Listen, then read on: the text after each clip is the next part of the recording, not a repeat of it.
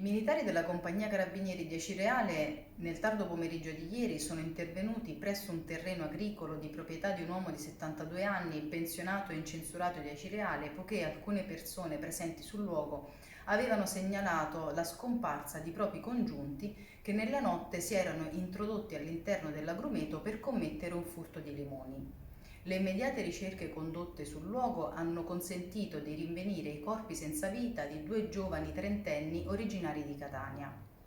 Le tempestive attività di indagine coordinate dalla Procura distrettuale di Catania hanno permesso di raccogliere gravi indizi di colpevolezza nei confronti di Battiato Giuseppe, proprietario del terreno, il quale confessava di aver ucciso i due giovani con una pistola regolarmente detenuta, rinvenuta poi sul luogo del delitto. L'indagato, a seguito di decreto emesso dall'autorità giudiziaria di Catania, veniva sottoposto a fermo di indiziato di delitto per omicidio pluriaggravato.